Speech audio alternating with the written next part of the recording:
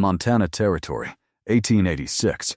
Silas Boone had prayed in a lot of places a man does not describe to strangers. He had prayed in a line shack on the Musselshell with the snow coming through the chinks and the fire gone to ash and his hands too stiff to strike a match. He had prayed in the saddle at 4 a.m. with a norther screaming down off the divide, riding a circle around 200 head of somebody else's cattle so they would not drift into a cutbank and die in a heap. He had prayed over a man named Dutch, who had frozen both feet in the winter of '81 and had to have them taken off in the bunkhouse with a meat saw and a bottle of rye. And Dutch had lived, and Silas had never been able to decide whether that was the answer to his prayer or the opposite of it. He had asked the Lord for a great many things in a great many storms. He had asked for daylight. He had asked for the wind to lay down. He had asked more than once simply to be allowed to get the stock to shelter and then to find a stove and sit down next to it and not die. He was 33 years old, and in all those prayers, in all those storms, he had never once asked God for a home. It had never seemed like the kind of thing a man like him had the standing to ask for. Silas Boone had been raised by a grandmother in Missouri who had died when he was 11, and after that by a succession of cattle outfits who had fed him and worked him and let him go at the end of each season with a wage and a handshake, and no particular regret. He had been a good hand at 14 and a top hand at 20, and he had spent the 13 years since riding for brands he did not own, through country he did not own, bedding down in bunkhouses where his name was chalked on a board and rubbed off when the season ended. He could read a sky the way another man reads a newspaper. He could find a cow in a blizzard by the way the snow drifted. He did not drink, because the men who drank were the ones who froze, and he did not gamble, because he had seen what a man's face looked like when he had lost the wage that was supposed to get him through to spring. Always needed, never kept. He did not mind it. It was simply the shape of things, the way the wind was the shape of things in that country, and a man who minded the wind did not last the winter. He had come north in November to take a winter job on the Hollis outfit, a big spread on the Judith River that fed 1,000 head, and hired on extra men to ride the drift fences when the weather turned. The job was to ride a line 30 miles long, 2 men to a shack, and keep the cattle from piling up against the wire and dying in the drifts. He had done that work before. He was good at it. And he had been on the Hollis line exactly 9 days when the storm came down off the divide on the 2nd of December, like the end of the world. It started at noon as a soft gray snow, almost gentle.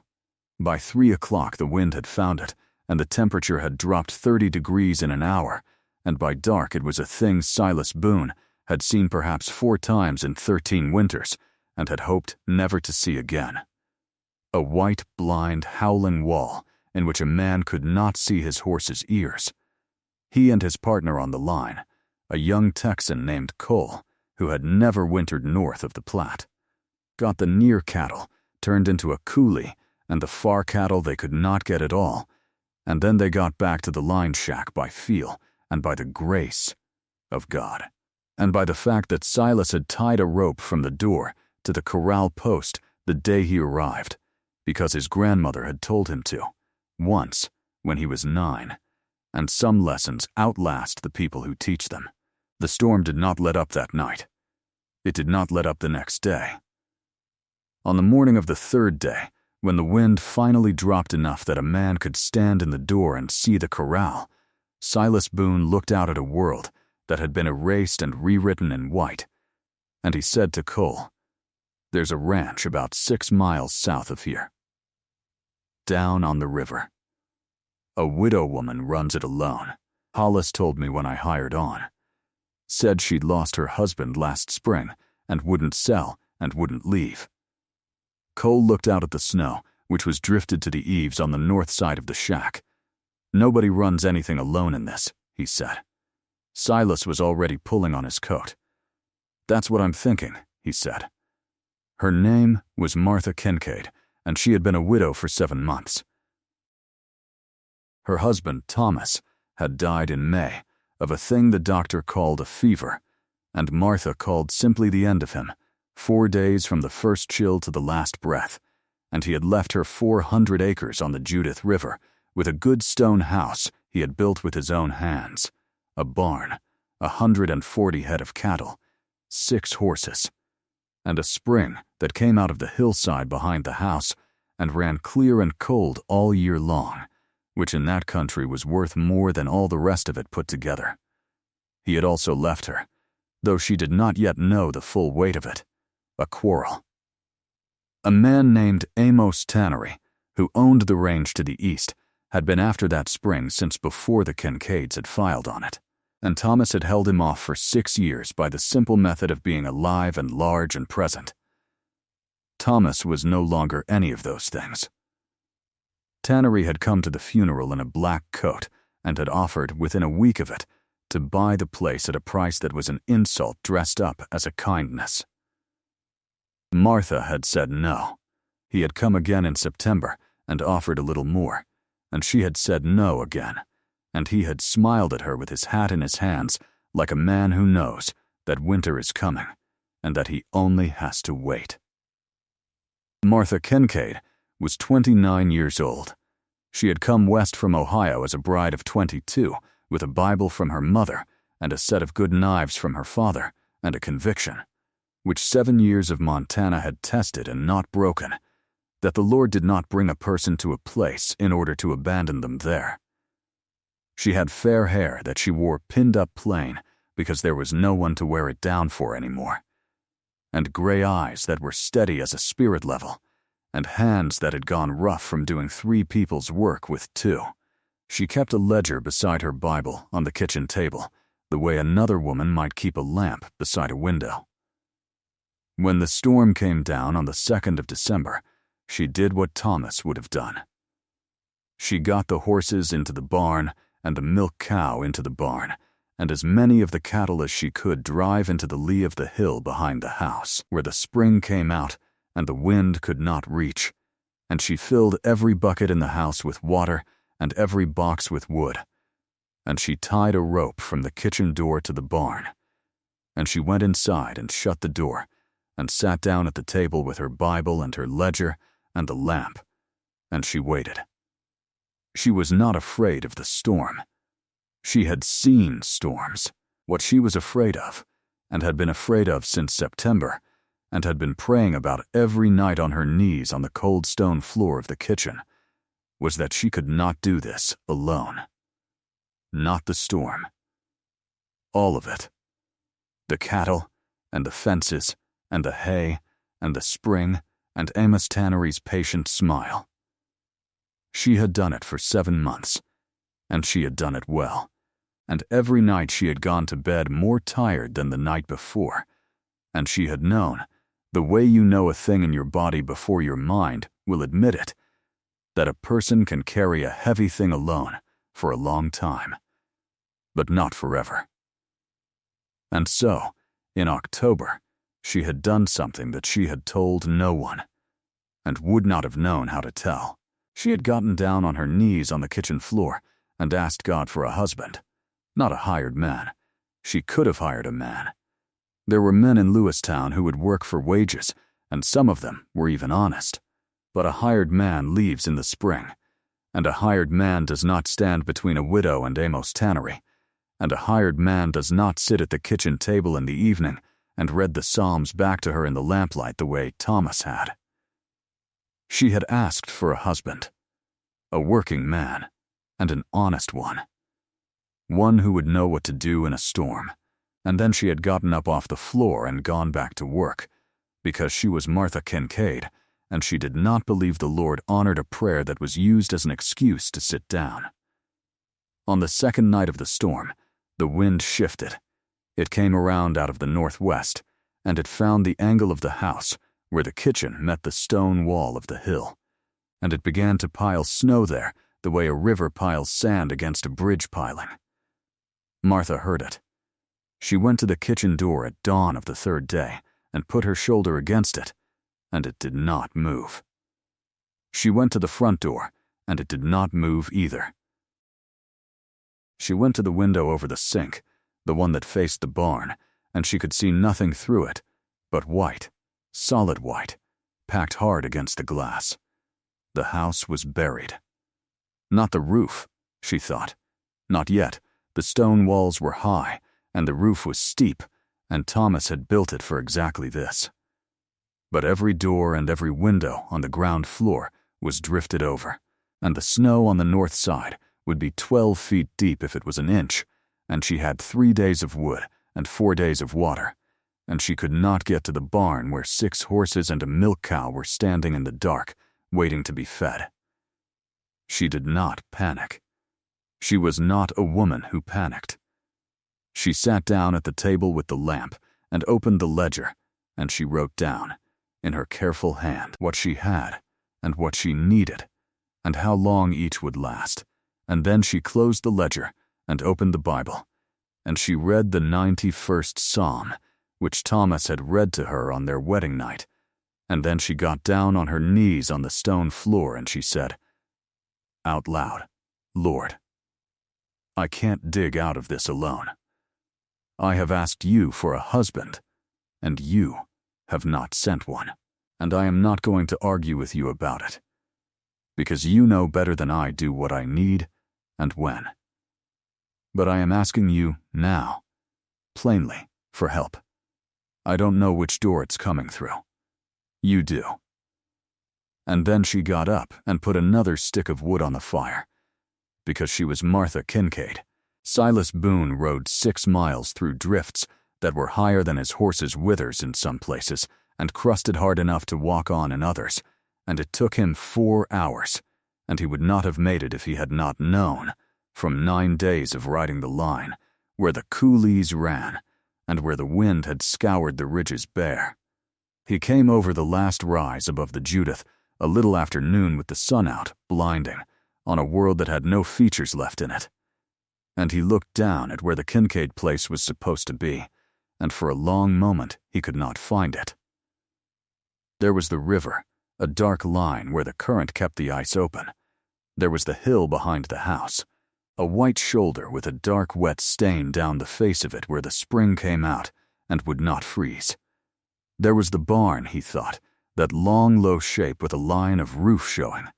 And there, tucked against the base of the hill, where Thomas Kincaid had built his house out of the wind, was a white mound with a chimney sticking out of it. And from the chimney, thin and gray and steady, came smoke. She's alive, Silas said, out loud, to nobody. And then he rode down. He got to the mound and got off his horse and walked around it twice, and the second time around he understood what he was looking at. The house was not under the snow. The house was inside it. The north and west walls were buried to the eaves. The east wall, in the lee, was buried to the tops of the windows.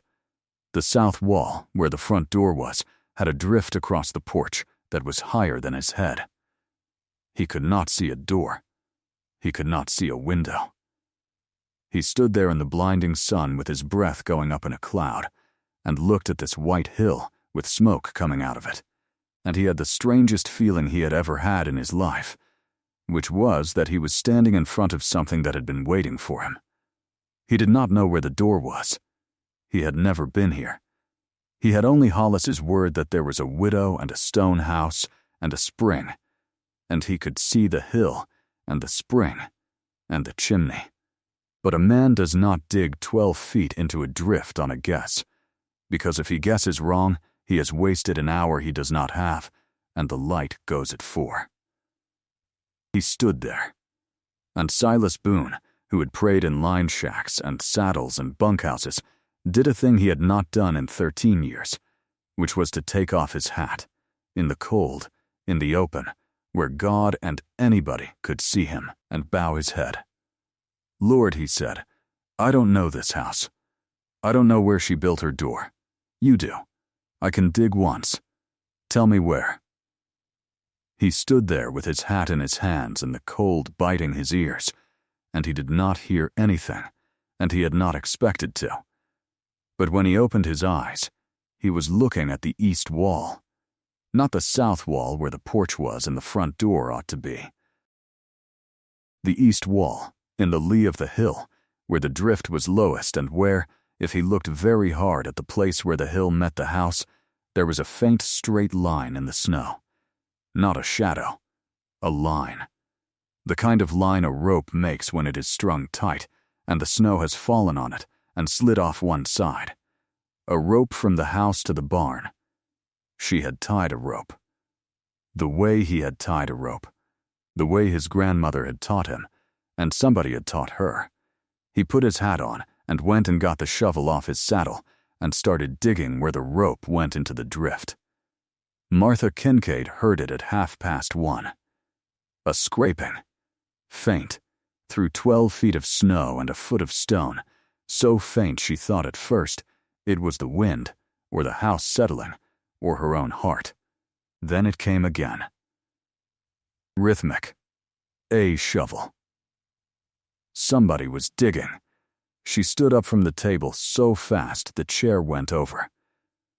She went to the kitchen door, the one she had tied the rope to, and she put both hands flat against it and her ear against the wood. And she listened, and the scraping came closer and closer. And then it stopped, and there was a silence so long she thought she had imagined the whole thing. And then a voice, a man's voice, muffled by snow, said, "Ma'am, are you in there?" "I'm here," Martha said. She said it louder than she had said anything in 7 months. "I'm here. The kitchen door. I'm at the kitchen door." There was a sound like a grunt, and then more digging, faster, and then the door moved. Not much. An inch. Snow fell through the gap, and light came through the gap, and cold came through the gap, and then a gloved hand came through the gap, and got hold of the edge of the door and pulled, and the door came open against the snow that was still piled on the other side of it, and in the opening, framed in a tunnel of blinding white with the sun behind him, there was a man. He was tall, and he was covered in snow from his hat to his boots, so that she could not have said what color his coat was, and his face was red, with cold and wet with sweat, and his eyes were a pale, steady blue, and he was breathing hard, and he took off his hat. "Ma'am," he said, "my name is Silas Boone. I ride line for the Hollis outfit, 6 miles north. I heard there was a widow down here alone, and I thought you might want digging out." Martha Kincaid stood in her kitchen door and looked at this stranger with his hat in his hands, in a tunnel he had dug through 12 feet of snow to reach her, and for a moment she could not say anything at all. Then she said, "How did you know which door?" Silas looked at her. He looked behind him at the tunnel, at the line of the rope he had followed. He looked back at her. "I didn't," he said. "I asked." He turned his hat in his hands. "I'm not a fanciful man, ma'am. I don't want you to think I am. I stood out there, and I didn't know this house, and I couldn't dig twice before dark, so I took my hat off, and I asked God which door, and I opened my eyes, and I was looking at your rope." He shrugged, the small, embarrassed shrug of a man who has said more than he meant to. "God told me which door. That's the whole of it. I'll understand if you'd rather I said it different." Martha Kincaid looked at him for a long, long moment, with those gray eyes that took the full measure of a man before they gave him anything back, and something in them settled, the way water settles once you stop stirring it. "No," she said, "I wouldn't rather you said it different." She stepped back from the door. "Come in, Mr. Boone, I'll explain. You look like a man who's dug a long way to hear it." And she turned and went to the stove, and Silas Boone stood in the snow tunnel a moment longer, dripping, with his hat in his hands. And then he came in. Because what else does a man do when a woman opens a door he has been told by God to dig to, and tells him she has something to explain? She fed him first. She would not hear a word until he had eaten, and he had not eaten since the night before, and she put stew in front of him, and bread and coffee, and she sat across from him, with the Bible closed on her left hand, and the ledger open on her right, and watched him eat the way a person watches a fire they have been trying to light for a long time finally catch. When he had finished, she told him about Thomas. She told it plainly, without the small performances people put on grief to make it easier for the listener, and Silas listened the way he listened to weather, which was with his whole attention and no interruption. She told him about the 400 acres and the 140 head and the spring. She told him about Amos Tannery and the 2 offers and the smile, and then she turned the ledger around so he could see the page she had written that morning, the water and the wood and the days, and under it, in the same careful hand, a line she had written and then drawn a single stroke through, not enough to hide it. Lord, I asked for a husband. Send help through whichever door you choose. Silas read it. He read slowly, because he read slowly. Then he looked up at her. I didn't know which door, he said again, quietly. I asked. And you dug, Martha said. That's the part people leave out, Mr. Boone. Everybody asks. Not everybody picks up the shovel. She folded her hands on the ledger. I'm going to say a thing now, and I'd ask you not to think me strange for it, or forward, because I am neither. I have been alone on this place for 7 months. I have kept it. I can keep it through the winter, if I can get to my barn, which I now can, but I cannot keep it through Amos Tannery. He is going to make me an offer in the spring that I can't refuse, because by spring he'll have found a way to make the bank in Lewistown call a note that my husband took out to build that barn, and a widow alone cannot refinance a note in this territory. A husband's signature can. Silas was quiet. He looked at the stew bowl. He looked at the Bible. He looked at her. You're telling me what you prayed for, he said. I'm telling you what I prayed for, Martha said.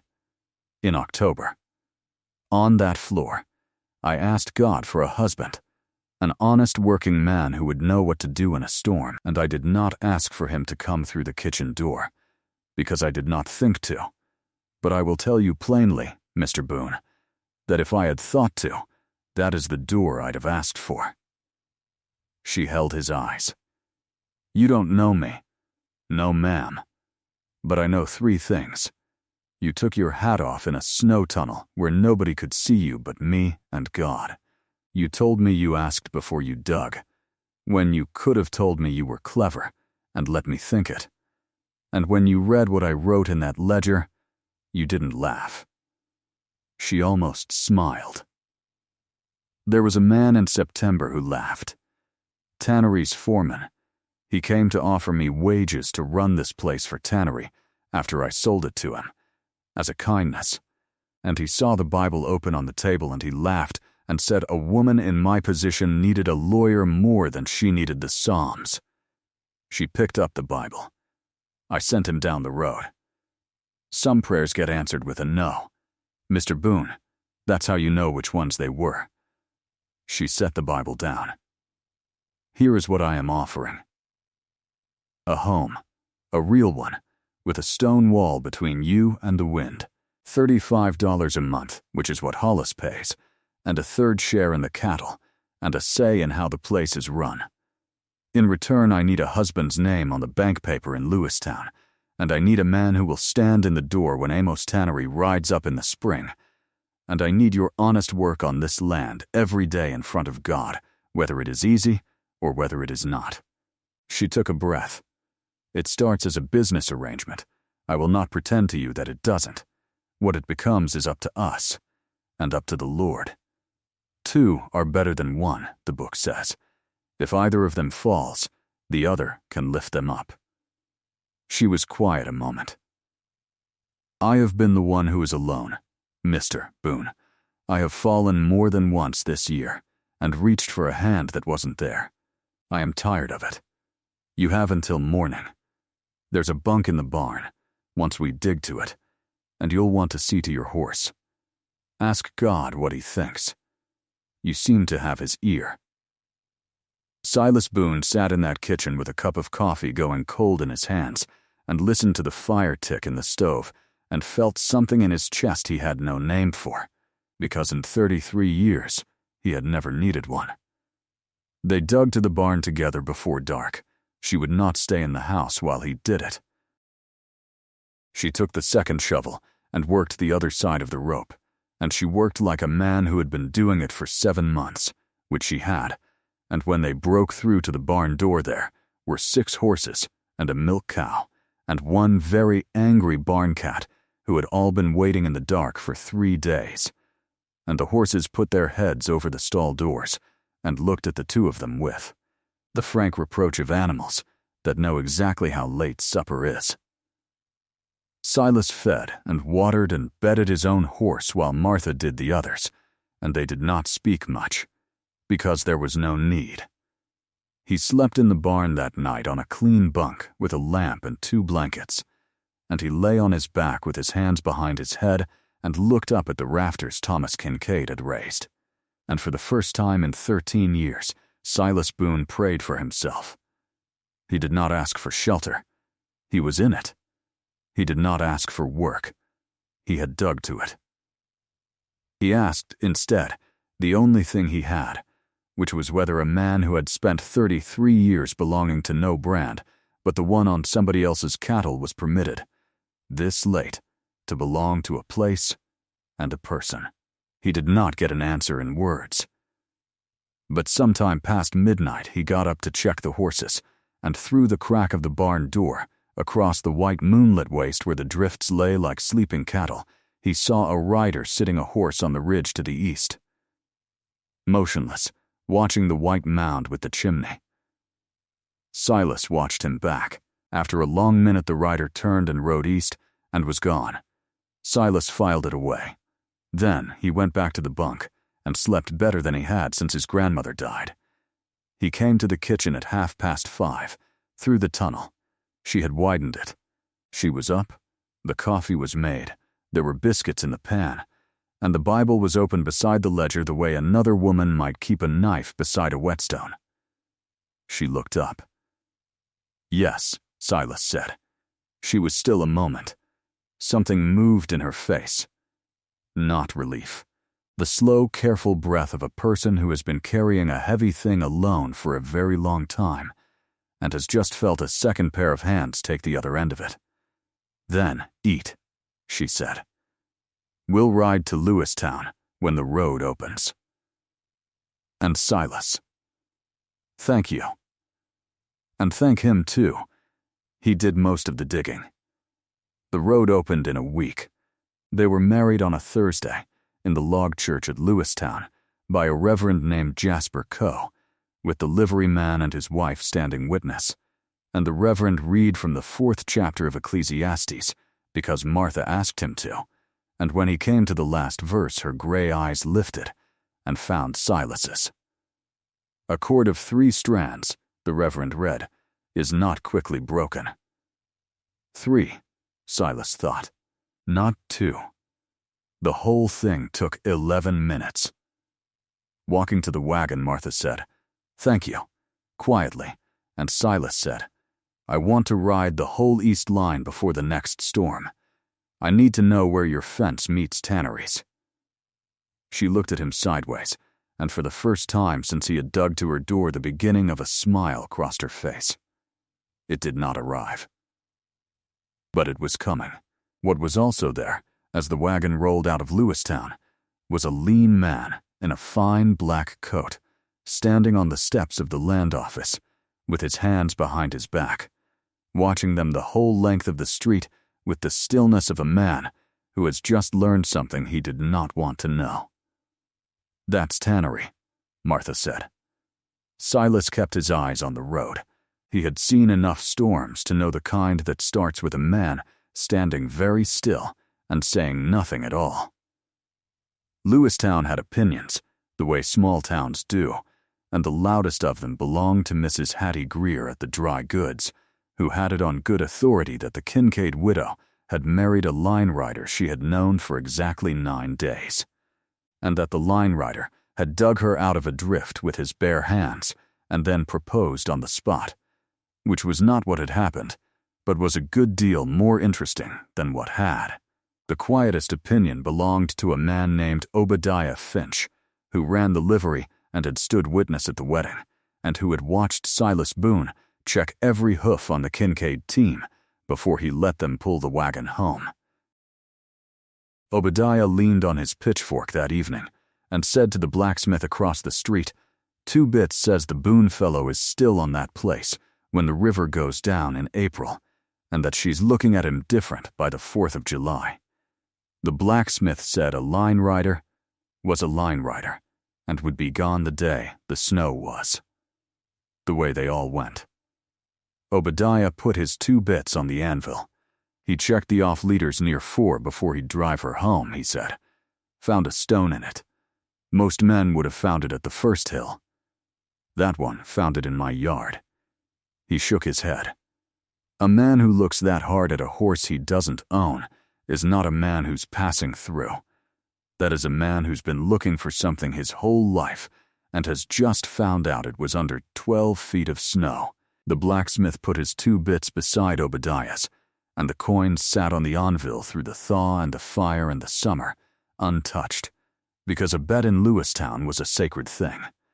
And it should be said that Obadiah Finch was the only soul on the Judith River who was not the least bit surprised by anything that came after, and that he was insufferable about it for the better part of a year. The winter was all work, and the work was all snow.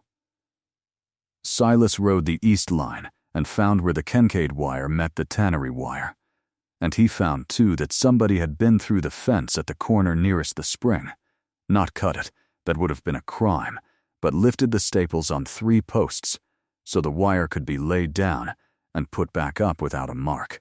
And Tannery's cattle had been drinking at the Kincaid spring for most of the fall. He put the staples back. He set new posts either side and strung a second strand. He did not tell Martha yet, because it was not the moment. He fed cattle off the hay Thomas had put up, and Martha had finished alone, and he broke the ice on the spring pool every morning and every evening so the stock could drink. And he climbed the stone house in January, and cleared the roof where the snow was loading the north slope, and when he drove the first nail into a shingle that was his to fix, his by law and by vow, he stopped up there in the cold and listened to the sound come back off the face of the hill. It sounded different. He remembered a verse his grandmother had taught him in Missouri, sitting on a porch with her hands in her lap. "Unless the Lord builds the house," she had said, "those who build it labor in vain." He had spent 13 years laboring on houses that were never his. He drove the second nail and thought, "Maybe this one, Lord. Maybe this one you're building with me." The bank meeting was in February. Horace Pruitt, who ran the Lewistown Bank, was a small, precise man who believed himself to be fair and very often was not, and he asked Silas 3 questions about the Kincaid place without once looking at Martha, and Silas answered all 3 from memory without turning to her, and Pruitt looked at him over his spectacles and then signed the refinancing. "Walking out," Martha said, "he looked at you like you had done something remarkable." "I read the ledger," Silas said. "I rode the property. I know it." "You read the whole ledger before you said yes?" "I needed to understand what I was giving my word to." She looked at him with the expression he would come to know, the look of a woman moving a person from one column to another in her accounting of the world. And on the way home, with the wagon creaking through the snow and the sun low and orange on the white hills, she said, without looking at him, "There's something you haven't told me." About the east fence. Silas was quiet a moment. "Yes, ma'am. Tannery's been watering at the spring. He lifted the staples at the corner. I put them back and doubled the wire." He looked at her. "I didn't want to hand you a fear before I could hand you the way through it." Martha said nothing for a long while. Then she said, "Thomas used to do that. Keep a thing from me until he'd fixed it." She looked out at the snow. I told him once I'd rather carry a fear with him than be spared it alone. Silas thought about that the rest of the way home. And that night at the table, with the lamp lit and the ledger closed, he told her everything. The staples, the posts, the rider on the ridge the first night. All of it. And she listened, and nodded, and opened the Bible to the Psalms, and they read the 23rd together, out loud, for the first time. He leadeth me beside the still waters. Silas almost laughed. There was nothing still about the water on this place. Every drop of it was being counted by a man on a ridge. I want to stop here for just a moment, friend, because I have been thinking about what Martha did, and I wonder if you have been too. A widow in 1886, on the Judith River, in December, did not just lose her husband. She lost her standing. She was buried alive in a stone house under 12 feet of snow with 3 days of wood, and the whole territory, if it thought of her at all, thought she would sell in the spring, if she lived to see it. And she did not sell. She did not sit down. She wrote out what she had, and she read the 91st Psalm, and she got down on a stone floor, and said, I don't know which door it's coming through, Lord. You do. That is not weakness. That is the hardest kind of courage there is, the courage to ask, and then keep the fire going while you wait. I have noticed something about the people who find their way to stories like this one. You are not children. Most of you have buried somebody. Most of you have prayed a prayer you were not sure was heard. Some of you are in a quiet house right now, in the dark, and this story is keeping you company, and I do not take that lightly. This little channel is still young. It is just you and me out here.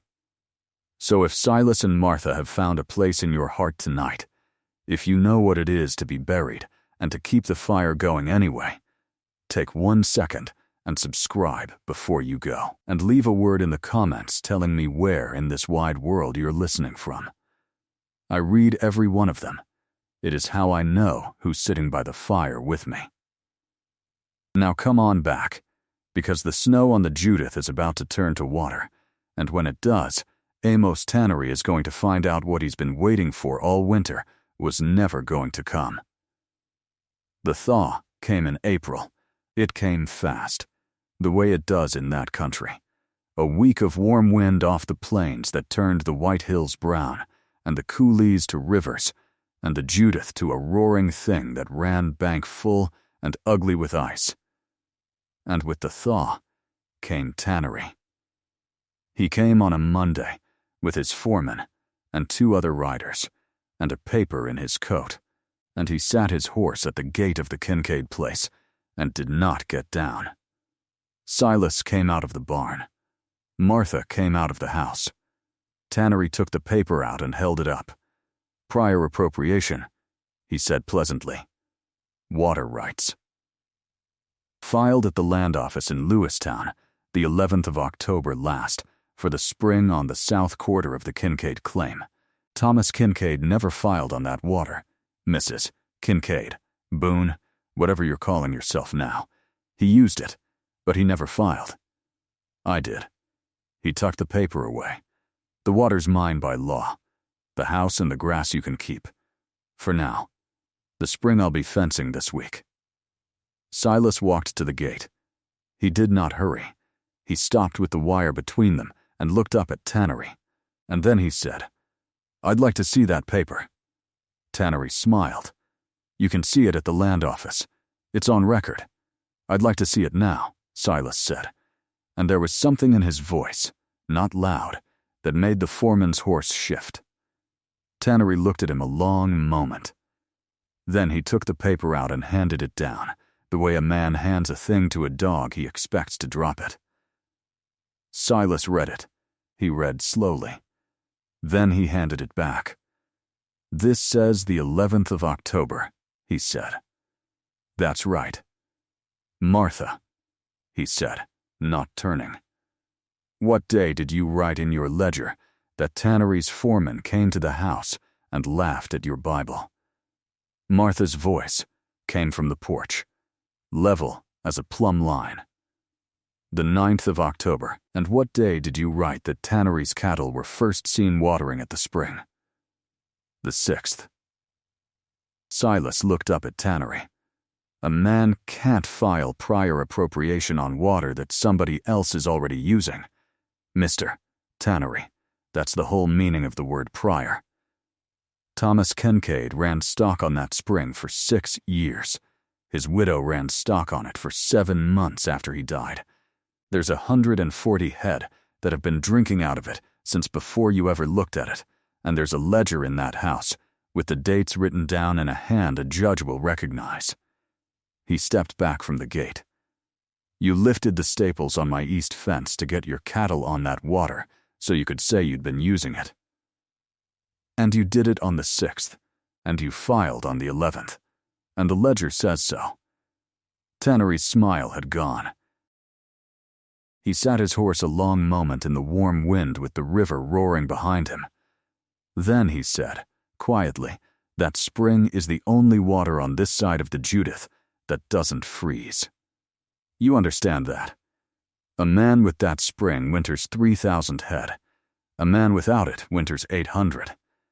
He looked past Silas at the stone house, at the woman on the porch. I have been patient, he said. I have been very patient. I'm going to ask you to be patient too, Silas said. I'm going to ride to Lewistown tomorrow and have a lawyer look at your paper and at our ledger.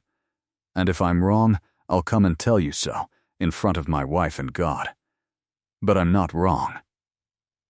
Tannery looked at him. Then he turned his horse. His men turned with him. He rode east without a word, and at the ridge he stopped and sat a moment, the way the rider had sat in December, looking back at the white house that was not white anymore, but gray stone and brown grass, and smoke from the chimney. Then he went over. He came back on Thursday. Not with men. Not with paper. With fire. It was laid at the base of the east fence in the dry grass the thaw had uncovered, in the place where nobody could say afterward whether it was a spark from a branding fire on the tannery side or a thing a man had done on purpose, and the warm wind off the plains took it across the Kincaid grass toward the barn where the hay was. Silas smelled it from the spring. He came up the hill at a dead run and saw the orange seam of it crawling through the brown, a quarter mile off and coming, and he went into the house and woke Martha, who was not asleep, who was at the table. East grass is burning, he said. It's coming for the barn. She was up before he finished. She laid her hand flat on the closed Bible for 1 single second. Then she was past him. You don't have to come, he said, in the barn. Saddling. It's my hay, Martha said, cinching her own saddle. And my barn. And I did not get buried alive, and pray a man through 12 feet of snow to stand in the house and watch it all burn. She swung up. She grabbed the wet sacks off the pump and a lead rope of the plow horse. We're cutting a break, she said. They rode into it together. And Silas Boone thought, riding beside her, this is what it looks like when a soul refuses to let a thing fall. I have never seen anything like her. I hope to God I never stop seeing it. The fire moved faster than a man could walk and slower than a horse could run, and that margin was all they had. Martha drove the plow horse along the line between the grass and the barn, tearing a brown furrow across the brown grass, and Silas beat at the edge with a wet sack, choking, driving the near cattle down toward the spring where the ground was wet and the fire could not follow. And on the east ridge, 2 riders sat their horses and watched to see how much would burn. Silas turned his horse and rode straight at them. No rifle, no shout, just a man riding at 2 men through smoke, with the stillness of somebody who has decided how far he is willing to go and has found it is further than he thought. This ain't your fight, friend, one of them called. It's my land, Silas said. He reined in, and it's my water, and the lawyer in Lewistown has the ledger and the paper both on his desk right now, and he says the paper's no good, and you can ride in and ask him." He held the man's eyes. "I'm going to go save my barn. You can get down off that ridge and help, and I'll call it a neighbor lending a hand. Or you can ride back to Amos' tannery and tell him the water's ours, and the next man who lays fire to my grass is going to answer for it. To me, and to the Almighty. And I'll promise you, the Almighty is the more patient of the two." A silence. The wind gusted. Then both riders turned and rode east. Silas got down off his horse at the furrow. He looked up at the hard blue April sky. And he spoke out loud, the way you speak to somebody standing beside you. "Lord, we've done what we know how to do. The line is cut. The stock's at the spring. We can't make it rain, and you know we can't. So if it's your will to save this place, you'll have to send the rest. I'm asking. You told me which door in December. I'm trusting you'll not leave the job half done." The fire reached the furrow. It faltered. It found no grass to cross, and the warm wind off the plains, the wind that had carried it, shifted. It came around out of the north, cold and sudden, off the snow that was still on the divide, and it pushed the fire back onto its own black ground, and Silas felt the first fat drop of rain on the back of his hand. Then another. Then the sky opened. It came down in gray sheets, cold April rain, hissing on the coals, running in ribbons down the furrow. Martha slid down off the plow horse and walked to him through it with the rain running down her face, and neither of them said a word about the fire. "I sought the Lord," she said, "and he heard me, and delivered me from all my fears." "Psalm 34, Silas said. She looked at him, surprised. "You've been reading it?" "Every night," he said. "After you sleep, I've been trying to catch up to a God who's already ahead of me." She took his soot-black hand in her wet one. And they stood in the rain in the middle of the land they had just saved, and it was the closest either of them had been to another soul in a very long time. The lawyer's letter came in May. The paper was no good. Prior appropriation could not be filed on water in established use, and the Kincaid ledger, with its dates in a careful hand, was entered as evidence, and the land office struck Tannery's filing, and the spring was the Kincaids, and the Boones and the Lords in perpetuity. The burned grass came back greener than the grass that had not burned, the way it does. They rebuilt the east fence with 3 strands, and in the evenings they read the Psalms at the table. Together, the ledger closed. Tannery came in June. Alone, he found Silas at the east fence and sat his horse and looked at the wire a long time.